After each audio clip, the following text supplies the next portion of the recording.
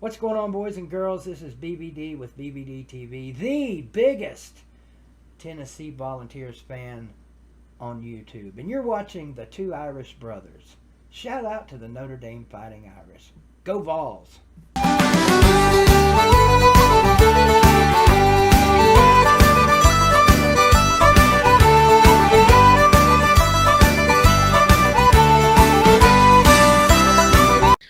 What is up, everybody? I'm Irish Benjamin 57. And I am Indy Sean 45. And together, we are the two Irish brothers. So welcome to the show. If you like this content, please smash that like button down below and subscribe and hit the bell icon. We will be much appreciative of that. So let's get right into it. On Indy's ticket website, office, however you want to say it, they have announced that Notre Dame students, faculty, and parents of the football players will be in the stands for the opening game against Duke University. So that is pretty insane news. Yeah, I'm just hearing about this myself, and I didn't really hear anything about ordinary fans being let in, but I would anticipate that not being the case this season. Yeah, and I think that's understandable, and in the grand scheme of things, you know, it should be students, faculty, and then I guess parents, because it's the college experience, and they're the ones that are the most invested, if you will, with the program. So I mean, I have no issue with that. Me being the common fan, it stinks that I can't go to the game, but common sense says it makes sense. Oh, absolutely. I mean, like you said, the parents are the ones that are, unless their kid got a full scholarship or something like that, they're the ones that are putting the money down. So, yeah, you definitely have the parents and probably, I would guess maybe siblings come in too? Did they allow that? Was that? I don't know how that would be. They haven't said anything to that, but I don't know. I mean, that would be interesting, but I don't know. I would say maybe probably not, because they're trying to probably limit the people, and I know like hearing from people that have played in past years and stuff, you know, they only get X amount of tickets per family and all that. So I would assume that COVID would kind of decrease the amount of tickets that you would get for your family. Yeah, that makes sense. But regardless, you have the parents come in for sure, because like we established already, they're the ones making the investment unless their kid got a full ride and where they pay nothing. Then of course staff you let in, because they're the ones that are taking care of everything and making all the stuff happen. And Right. of course, you know, you're the student body. You got to have them come in, because they're the ones that, hence the term student body. They're the ones that they're there to support their classmates and their friends. Yep. Yeah. So like I said, I have no issue with this. Going back to the whole like who gets in, who doesn't get in. I mean, you know, I wonder if they're going to do it where it's like it's a sign up. You have X amount of time to sign up as a student, you know, and then once you've signed up, that's your week, you know, and then you don't get to come again the rest of the season. So it's like rotates, you know. So, I mean, you know, granted, Notre Dame is a small population wise, you know, 8,000 students grand total, so that's tiny. The stadium, of course, holds 89,000 people, you know, so I mean, you have the room for every student to be in there, but what's your capacity? And then if you're letting in also faculty and parents, what's your capacity? So, you know, we've heard rumors of, you know, certain pro teams saying, oh, we're going to have this amount in our stadiums this year, we're going to have this amount and all that. So this is kind of the next step in that COVID process with, you know, what are we going to allow in, how much are we going to allow in, and what's going to be the protocol. Yeah, and also speaking of you know, students and whatnot, I think Lisa, on our last episode when we had Lisa Kelly and George Bashir on, I think Lisa was telling us, because you see her daughter goes to the University of Arkansas, and I think she was telling us that the kids, all the students that go there, and granted they're a bigger population than us, student body wise. Yeah, it's a big, yeah. They enter a lottery themselves, and from what if I remember what she said correctly, they don't even know for sure what game they're going to get, because I think it's only one game per student. Right, yeah. So, yeah, and that's kind of what I was saying. I mean, and it makes sense because you want everybody that wants to get into the game, get into the game. I mean, is every single student at Notre Dame going to want to go watch a football game? No.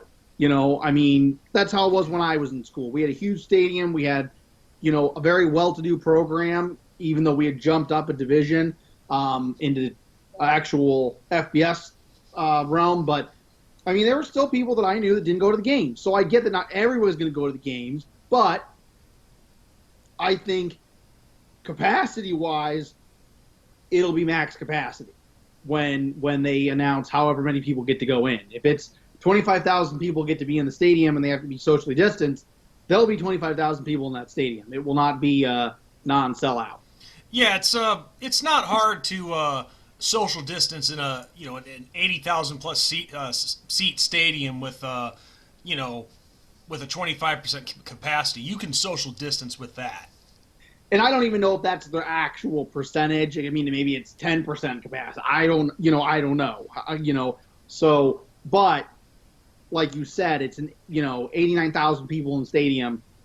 Size-wise, I mean, you can totally do that. That's totally manageable. Yeah, so, and these are just rough estimates that we're going with here. Right.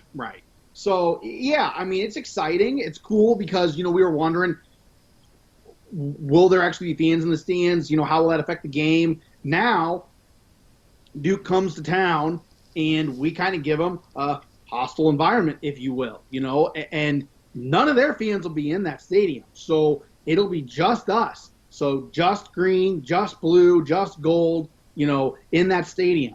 So, and that's how it should be. We talked about this last episode. We talked about how you need to come out and support your team. Maybe this is what shows that this is how it really should be. Not sitting down because the usher told you, not selling your ticket to a rival fan, none of that. Full support, 100%. And that's what we're going to have now. And we're going to have a home field advantage because we actually got people cheering and rooting against the team in the stadium. Yeah, exactly. And it's definitely going to look different when we see it on TV. And we kind of got an indication of that last night when we saw Austin, PA take on Central Arkansas, because their fans were pretty scattered. And right. We'll get to that game itself in just a second. But yeah, the fans there were pretty scattered. There really was no rubbing shoulders like it usually is. Right. And but even if it's not going to look like what we're used to seeing, and in addition to that, fans can't even go up to South Bend just to tailgate. There's been plenty of times where I've done just that, just to tailgate. Right. But the fact is this: despite how different things might look this year, because these are different circumstances that we're not used to. Football's back. Oh yeah. It's pretty much official that they're going to play. The Irish are going to play. We got started with it last night in the FCS level. So I'm really starting to feel pretty good about things. Yeah. I think there is starting to become a return to normalcy, if you will. And this is the next step. Of course, there's going to be hiccups. I just got a couple emails for my job. We brought people back and they said, we had a COVID case, or we had a couple more COVID cases, or So I mean, yeah, there's going to be hiccups. I get that, and we're going into flu season. The fall months bring the flu. That's how it goes. And then on into the winter. So I mean, it's going to be something. But the good thing is, and not to sound horrible, we're not the only place that's dealing with this. Everybody else is dealing with the exact same thing that we're dealing with. COVID-wise, flu-wise, what do you do if something happens? How are you going to have fans in the stadium? Everybody's dealing with that same problem. It's not just a Notre Dame problem. No, absolutely not. So football's back, and if you want to slowly ease into it, there you go. We've eased into it. We got the beginning of football season. There's an FCS schools playing. Now it's time for the big boys, which is Notre Dame and Alabama and whoever else. And, this is going to sound silly, Ben, but I kind of got an indication that football season is back this morning because I got up at about, I don't know, 5:15 this morning to go to the gym, get a workout in, and when I walked outside, it was pretty cold. Yeah. So- Yeah. It's nice here in Illinois. I don't know how it is where everybody else is watching from and listening from, but yeah, it's starting to really turn into fall. My wife said that. We stepped out outside for a few minutes, and it's beautiful out right now. And it's definitely football weather. Yes. The crisp fall air and all that. So yeah, it's exciting. And that brings that more sense of normalcy back. Mm-hmm. Absolutely. I mean, it's fall when it's freaking cold outside. It's only going to get colder too. Yes. Oh, yes. I mean, we're not in a warm state. I mean, summertime, yeah, it gets pretty hot here, but once it gets to wintertime, we get winter. It's not like the southern states where you kind of, have a winter or you don't have one at all. We get one. So yeah, that'll be exciting. And let's move on to the actual other thing that we're going to talk about. Well, can I say one thing real quick?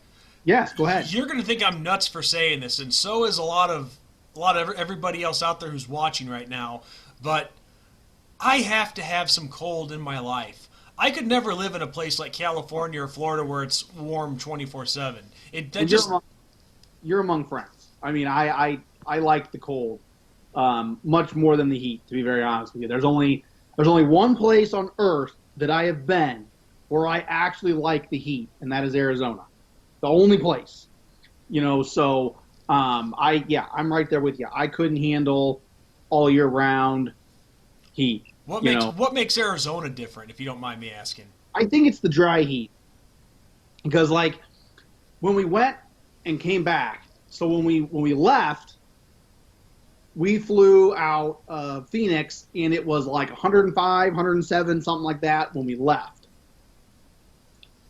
When we got back into Illinois, it was 86, 87, something like that, and the humidity made us feel worse than what the 107 was. So it's just like you can't get away from it. It's like you're swimming in the air. You can't get dry. So that dry heat, it's dangerous because you don't feel it like you do the humidity. The humidity tells you it's nasty out, it's hot, and you need to get out. The dry heat doesn't tell you that. The dry heat's very deceiving. So I think that's why I prefer it over everything else. But I was just curious because my brother's been to Arizona and he said he loved it out there. Yeah, for that same reason. That dry heat that just it doesn't feel like you can't get dry. Like when you're in that humidity and it's just sticky and gross and all that. So it's crazy. But yeah, I think football should be played in the snow. I mean, there is nothing like one or two games a year being played in snow. Oh, absolutely. So I was just curious about that, but yeah, it's time to move on, like you said. So take us into it, Ben. So switching gears a little bit and moving on into actual football. Last night we had actual football on. We had Austin Peay play Central Arkansas, and it was an FCS matchup. Two teams out of the 26 programs in the FCS level that are actually playing this season.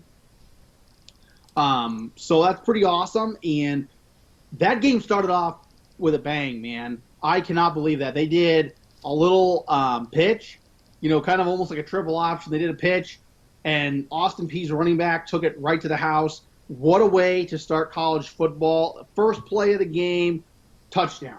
I mean, it was insane. And it would have been even more insane if there had actually been people in the stands. But alas, there wasn't many people. But it was still pretty nuts. It was still pretty crazy and awesome to see that, and there was that sense of normalcy, if you will. Yes. And I didn't really watch a ton of that game, but it starts off with that kind of bang, but then it goes pretty defensive. Pretty defensive and kind of a stalemate there for the rest of that first half.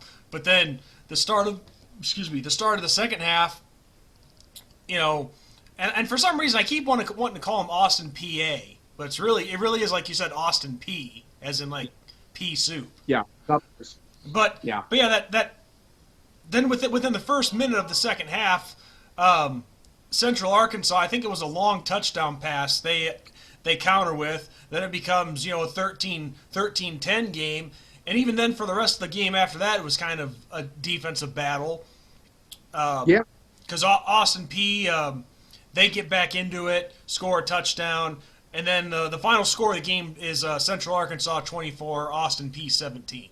Yeah. So yeah, it was an incredible game. And both teams coming into it were champions, if you will, of their conference that they were coming from. So I mean, this was two very, very evenly matched teams in this first game. And I mean, what a way to start college football off. I mean, a 7-point game, a touchdown game. I mean, that's awesome. It wasn't a blowout on either side. It was back and forth and defensive, and the highs and the lows and all that. So I mean, it was an incredible opening weekend game, and now we got to look forward to Navy and Brigham Young, I think it is. Yeah, that's awesome. And you know what? I don't know about you, but I'm rooting for Navy. I want to see them beat up on Brigham Young, and showing the midshipmen that is normally a rival that we see every year some love. Well, the thing is with Navy, we beat up on them for 38 straight years. Oh yeah, something like that, or 40 some odd years. Yeah, 94, 30. I think it was 39. Well, let's see. I think it was 63. I think it was the last time they beat us. So 10, 20, 30, 40. I think it was like 43 years. Yeah, it was something incredible and insane. But then they beat us, and then that was a crazy game. I don't like talking about it. That was a game that we should have won. But I won't take anything away from Navy. They did what they had to do, and at the end of the day, it counts as a victory or a loss, and it doesn't matter how you did it. It matters what the ending is, and the ending was a victory for Navy. And that kind of rekindled the rivalry a little bit, because now, I wouldn't say we blow them out every time, but there have been times where they give us a scare, and I think it's hard for the Naval Academy to recruit like everybody else, because not only the academic standard, the physical standard, but just the fact that you're going into a military academy. I mean, the guys that are there want to be there. That's what it is. If you've ever seen the schedule of one of those guys, like the daily schedule and the classes and when they start, right, it is brutal. And that's for a cadet. That's not even for student athlete at Navy. I mean, that's not for a cadet that not only is the student and military personnel there, but an athlete on top of everything else. So their schedule's even more insane, So, yeah, I have the utmost respect for those guys, and gals that are in the program too, that play basketball and, all those other sports. But yeah, I have the utmost respect, and I can't wait for the Navy game. I love, as much as I hate playing against it, right?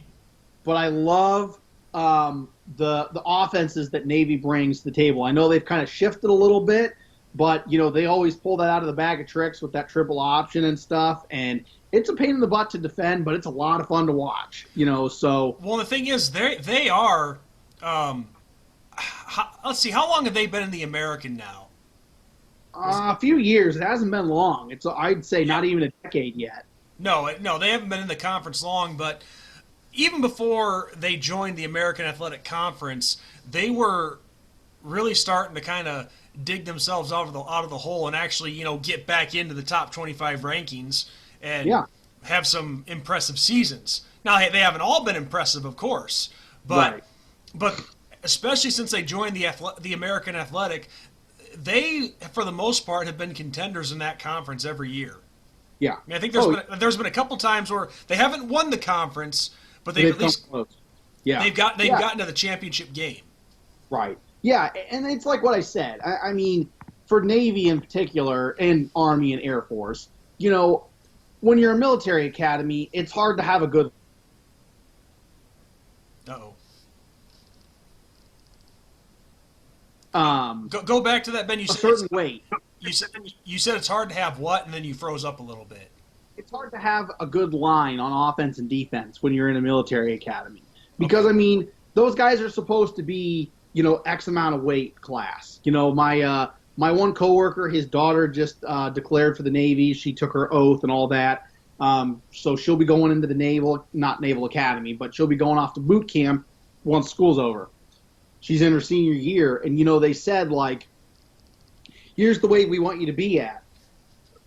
And they say, like, if you're at this weight, and you do X, Y, and Z, then you could have a promotion. And if you're at this weight, and all that. So, like, the ideal weight classes and stuff is way different for, like, the military than it is for, there are guys that go to, like, LSU and Alabama and Clemson that put on weight to become bigger and stronger, Yeah. In the military, they want you to be stronger, but they don't really want you to be bigger. So it's hard to compete against other teams when they outweigh you. I mean, especially like people that follow high school football, for example. Okay, every few years your high school gets a bunch of really, really good players, and they're real big boys, and you start dominating people because their boys can't match up size-wise, But when you're in college level, everybody matches up size-wise, and if you don't, you're in a boatload of trouble. So, very much so. We're talking about the Navy, but, Well, I mean, we have some time in this video anyway, so why not give them a few extra minutes, But that's the thing. That's why I think, in that triple option offense that they run, since they can't have the really big, heavy offensive linemen, that's why you see them going for the legs a lot of the time. Right. Because we see, when I was in high school, we ran an offense that's kind of similar to theirs. It's called the wing T offense. So you got 3 running backs, a quarterback, and whatnot. And we had some big guys on our line. Don't get me wrong, but a lot of it was quickness and making that down block and this and that. It was all about timing rather than trying to overpower a guy. Right. And you go after what is your strength, okay? And if you can't out-muscle somebody, you use whatever they have against them. So, I mean, for big linemen, you take out their knees and down they go. So, I mean, it makes sense. I'm not saying it's right. I'm not saying it's wrong. I'm just saying that's what makes sense. So that's how it goes. Yeah, and for the record, my high school team, I mean, we didn't go for their legs or anything like that, but it was all about quickness and being there to open up the holes right. Just with the way that we ran. Right, yeah, and so yeah, but I understand that with the Naval Academy and even Army and Air Force and all that, but yeah, it's going to be exciting to see them play Brigham Young. It'll be a nice opening FBS game. It'll be interesting to see what Brigham Young does, and I look forward to it. I don't care what anybody else thinks. Football's football, man. And I'll take my fill of it because. You and I, especially here in our state, we got no high school football this year. Well, not till the spring. Right, but I mean, like right now, yeah, we don't have, so I mean, give me the football. It was awesome to have the XFL when we didn't have football, and then that went, by the wayside because of COVID, and now we've been waiting for college to start back up, and some states with high school has started up. But not all of them because they've moved their seasons. So it's nice to have football back. And yes. I will watch anybody at this point in time, unless they get in the way of the Notre Dame game, which this one doesn't. Yeah. So we can watch it, But the big boys, but the big boys start next week, I believe. Yes. I think their FBS does start up next week. I could be wrong though. Yes. Well, I mean, and I'm talking weekend, not the Labor Day game between Navy and BYU. I'm talking about like next Saturday. Right. Yeah, we'll have some other FBS schools, but yeah, I'm like, well, dude, give me the freaking Labor Day game. Let's go. I want football. And it's cool to see other teams too. I love Notre Dame, and they're clearly my favorite school, and the one that I give the most of fandom wise to, but.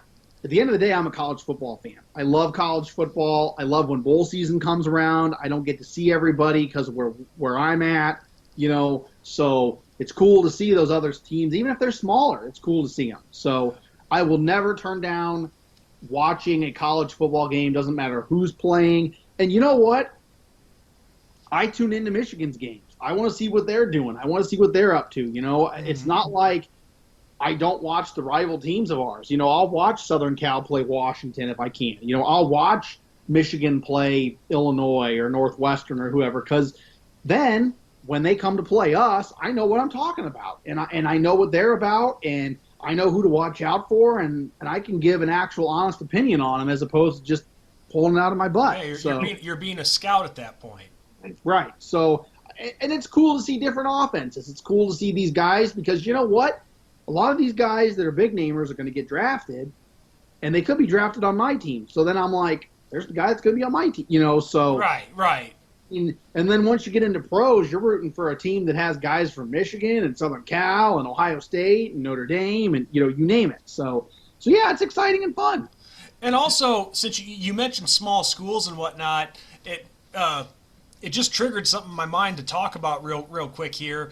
But the 3 independent teams that are playing this year, Brigham Young, Liberty, and Army, we were talking about this on camera, but I got to say, I wasn't sure what was going to happen with them because, when you're an independent, and especially in this scenario, and a lot of, with 4 conferences postponing their seasons, it takes a lot off your schedule. Well, I found out that all these 3 teams, they have actually gotten full schedules now. Yeah, it's pretty impressive. Now, Brigham Young, I think they're at 8 games right now, which isn't bad because I think there's a few other teams that are playing 8 as well. Well, right. No, maybe not. I don't know. But if that's what they're left with is 8 games, then that's a nice rebound from, nothing. Well, I think they had 2 that they were able to keep. But to build that your schedule back up from 2 to 8, that's pretty impressive. Even though some of these teams aren't exactly, they don't give the wow factor like your original schedule did. But it's something. Yeah, it's something to be able to play a season. And from what I understand, they're in talks with a couple more teams to get maybe a 10-game schedule. Yeah. But we'll see. But all I know is Army, they have a full schedule. That includes Air Force, by the way. So I think the Mountain West is going to make an exception and let them play in the Commander-in-Chief trophy thing. Yeah, which is right. I mean, you got those guys, and they're making the ultimate sacrifice. I mean, they're going into the military. Their career is going to be real short. The cool thing is, the nice thing is, not to bring a ton of politics into it, but Trump did pass in his presidency, he passed a bill that allows any academy athlete, if they are drafted, whether it's football, basketball, baseball, you name it, if they are drafted by any of those leagues, they can skip the military part of it and actually go and play professional sports, which is nice because, a lot of them, they have promising careers, looking like they could go and be drafted by whoever, and then they have to serve their country. And I'm not saying like that's getting out of things, but it's cool. How often would you get that opportunity? Right. Well, and look at there have been some big name athletes that were looking like they were going to get drafted, then did their military thing, and then came back and were big name out. I mean, look at Patrick Ewing. Yep. He was in the service academy, did his time, came in, went to the NBA, and look what he did. So Patrick Ewing went to Georgetown, didn't he? Did he? Yeah, he did go to Georgetown. Huh. Then maybe who am I thinking of then? I was gonna say Tim Duncan, but he went to Wake Forest. I'm blanking on it now. That's David Robinson? No, it wasn't. Oh well, it doesn't matter for now. That's not the topic of the video. Ewing played in Georgetown. Yep. Huh. I remember somebody played. See, because I was thinking David Robinson because his nickname was the Admiral. Yeah, I don't know. Man, now I'm blanking on that. Way to go, Ben. But it's all right. It's all right. That's not the topic. Right. So, yeah. So it's cool that they allowed Air Force to play. and I'm glad they get to, because that's an important game, and it's a bragging rights game too. Mm-hmm. You know, I can't tell you how many people I know that have like a family member that's in the Navy, and then a family member that's in the Army, and then they go, the Navy's this, and this, and then they go, well, the Army's this, and that, So it's cool to have that bragging rights thing, especially for service academies. Oh, of course. Because at the end of the day, they're all fighting for the same team, and that is Team USA. Yes. So they help each other out on the battlefield, and I get that, and they all have their specialties. But on the football field, they get to be like, we get to put our specialties aside, and we get to go to war, against each other. Yeah, it's pretty awesome. Yeah, it's like, we're Army, we're better than you Navy, we're better than you Air Force, or vice versa, whatever. Either one of them could say that. But with Army's schedule in particular, yes, it does include 3 FCS opponents. But the thing is, though, with this year, and normally I can't stand that when teams play all these cream puffs. But this season, as unique as it's been, and as a pain in the ass as it's been, what choice do you have? So anyone who plays an FCS opponent, I let them slide this year. Right, and the FBS schools have more money than the FCS schools. For the most part. There's only a few that I can think of off the top of my head, FCS-wise, that bring in more than enough. So, especially during COVID this year, there have been a lot of places that have been hurting really bad, athletics-wise. So, to have an FBS school actually play an FCS school, this is the year to do that the most, because you're helping not only the football team, but you're helping everybody else. It's something insane. Like, football teams bring in like 90% of the revenue for most places. Oh, yes. So you're not helping, that team get noticed by NFL scouts. You're helping more the tennis players, the volleyball players, the basketball players of that school that don't have an opportunity unless that happens. Right. That makes sense. That's what's most important, is helping as many people as you can. Mm-hmm. Well, Ben, on that note, I think we've covered everything we had planned for this episode.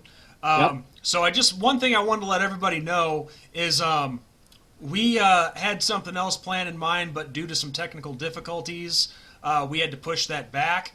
But Ben and I want you guys all to know that we have a few special episodes coming for you guys in the next couple weeks. Yep. Some really nice surprises that I think you guys will really like to see once we can get the technical difficulties worked out. Yep. So. Yep. Yeah.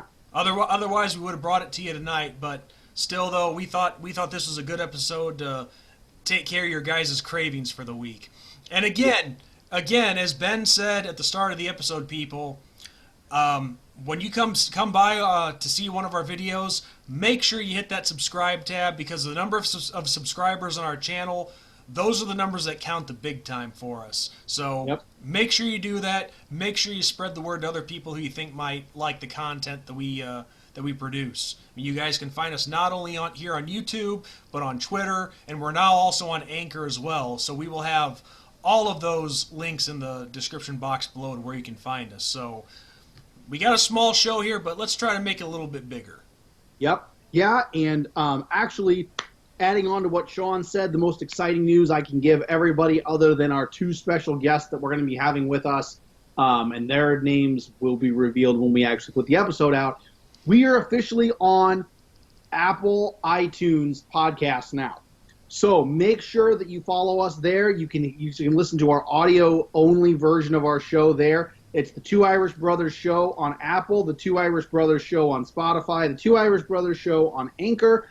And without further ado, please, like Sean said, hit that subscribe button, smash that like button. Take us away, Sean. All right. Well, we've said everything that we had to say for this episode. An episode that's shorter than usual, but not much to talk about just yet. But give it another week. So, and speaking of which, when our games start, Ben and I will try to figure out a set schedule to do the pre-game and post-games, and we'll keep you updated on that once we think of something. So on that note, everyone, I am ND Sean 45. I'm Irish Benjamin 57. And on that note, we say, everyone have a great day, God bless, and go Irish. Go Irish.